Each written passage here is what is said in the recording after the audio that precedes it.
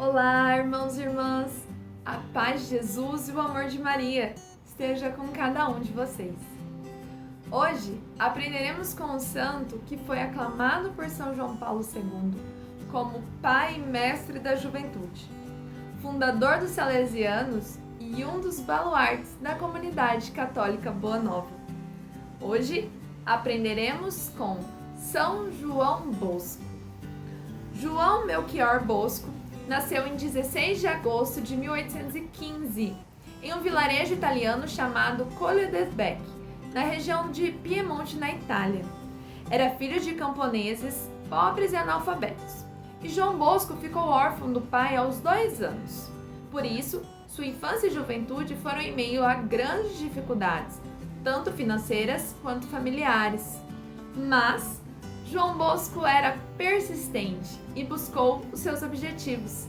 Foi a luta em busca de uma vida com mais dignidade. Quando era menino, era determinado nos estudos, mas em meio a tudo, chegou até a mendigar para continuar estudando. Mamãe Margarida era analfabeta, mas cheia de fé e sabedoria. Era a principal fonte de incentivo de São João Bosco. Ela o ajudou a crescer no amor a Deus e na ética. Isso auxiliou nos momentos e fez com que ele não desistisse mesmo nas dificuldades. Desde menino, João Bosco se sentia chamado a falar de Deus com seus amigos, pois ele enxergava a realidade que estava à sua volta. Tinham muitas crianças vindas do campo, órfãos, em busca de emprego, e acabavam na rua passando fome ou convivendo com crime ou sendo exploradas por aqueles que queriam mão de obra barata. Quando ele podia, atraía um grupo de meninos e apresentava performances de teatro, mágica, música e logo depois dava mensagens de amor, fé, esperança e catequese. Com 9 anos, João Bosco teve um sonho que podemos dizer nos mostrou sua vocação. Ele estava em meio a multidão de crianças ocupadas brincando e algumas delas falavam blasfêmias. Joãozinho lançou-se sobre eles com socos e pontapés, para que eles se calassem. Contudo, um homem lhe apareceu dizendo que ele deveria ganhar estes seus amigos, não com tapas, mas com bondade e amor. E mostrou a mestra cuja orientação ajudaria ele a ser sábio, e não uma sabedoria vã. O homem era Jesus e a mestra Maria, sob cujo o abandono e a devoção de São João Bosco foi auxiliadora dos cristãos. Na manhã seguinte, ele contou à sua família o sonho. Um dos irmãos disse que talvez ele pudesse ser pastor de ovelhas. O outro, que era o mais velho, que não gostava, emendou: quer dizer que você vai no futuro ser um chefe de bandidos. Mamãe Margarida disse: quem sabe você não será padre? E a avó encerra a conversa: não se deve acreditar em sonhos. Com sua missão em mente, o menino manifestou sua vocação sacerdotal. João Bosco dizia que quando crescesse, queria ser padre para cuidar dos meninos. Todos os meninos são bons. Se há meninos maus, é porque não há quem cuide deles. A situação da família estava um pouco difícil. O irmão mais velho se enfurecia com o fato de Joãozinho querer estudar. Ele achava que para trabalhar na roça não precisava de estudos, mas João queria estudar para se tornar padre. Mamãe Margarida, então, mandou João trabalhar no sítio de alguns parentes, para ela também ter um pouco mais de sossego em casa e proporcionar respiro a Joãozinho. Foi aí que João Bosco saiu de casa e começou a viver em outros ambientes.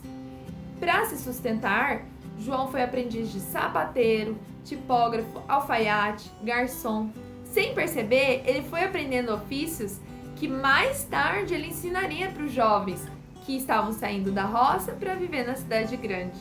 Quando conseguia um tempo livre, ele estudava música, que era uma das suas grandes aptidões. Em 1835, com 20 anos, ele entrou para o seminário. 6 anos depois, foi ordenado padre em 1841, quando passou a ser chamado de Dom Bosco. Ordenado, começou a trabalhar com seu professor, o padre João Cafasso, que trabalhava com prisioneiros. e acompanhava eles até a forca, quando eles eram condenados à morte. Isso incomodava João. Ele queria fazer alguma coisa por aqueles jovens antes que eles caíssem na cadeia, porque senão poderia ser tarde demais. Em 8 de dezembro de 1841, na solenidade da Imaculada Conceição, Dom Bosco foi à igreja em Turim para celebrar a missa. Ao chegar na sacristia, encontrou um jovem andando pelo local, que era Bartolomeu Garelli. Ele era órfão e ajudante de pedreiro, e nunca tinha frequentado nem a escola e não sabia nada de religião ou catecismo. O sacristão queria tirar o menino, mas Dom Bosco pediu para que ele ficasse. Através de Bartolomeu, São João Bosco pôde ouvir o apelo daquela juventude marginalizada. Após celebrar a missa, Dom Bosco foi conversar com Bartolomeu e o convidou para que eles pudessem rezar juntos uma Ave Maria, e ali marca a fundação dos Salesianos.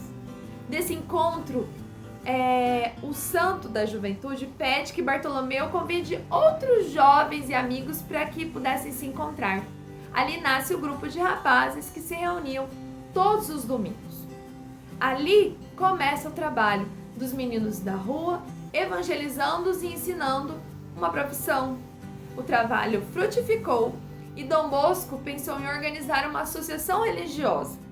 Contudo, acontecia uma disputa da separação entre o Estado e a Igreja na Itália, e não poderiam surgir outras ordens de moldes religiosos.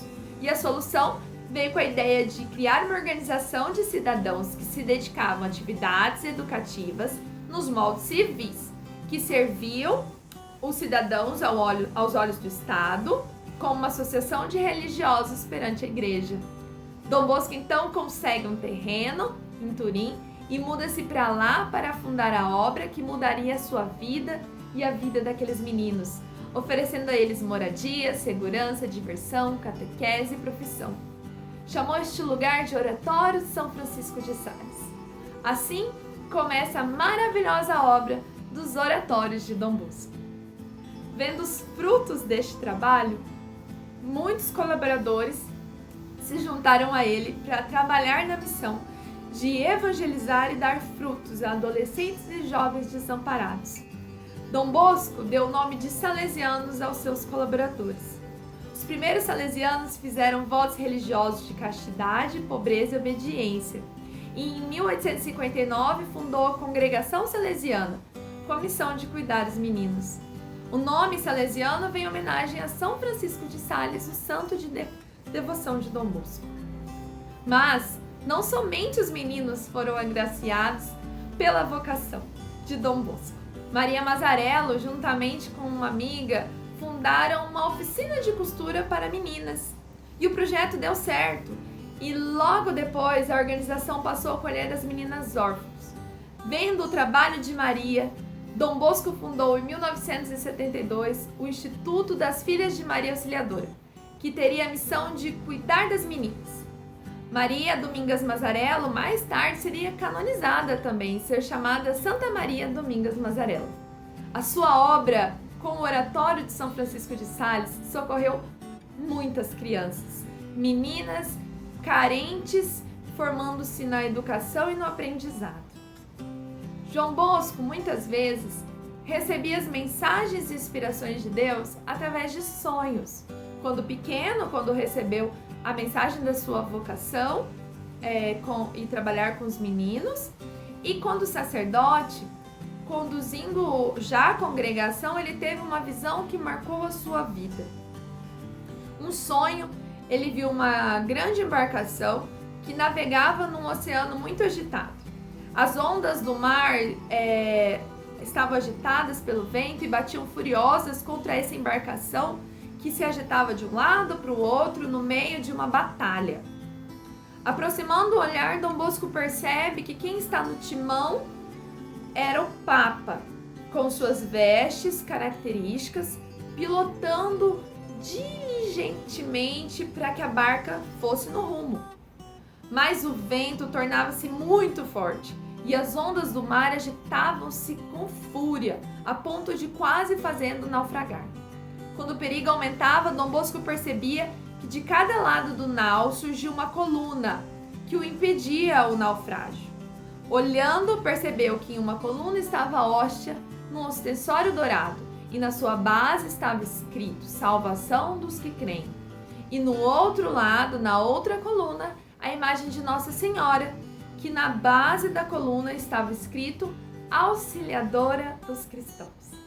Quando acordou, Dom Bosco percebe que Deus lhe havia mostrado uma realidade da Igreja Católica neste mundo.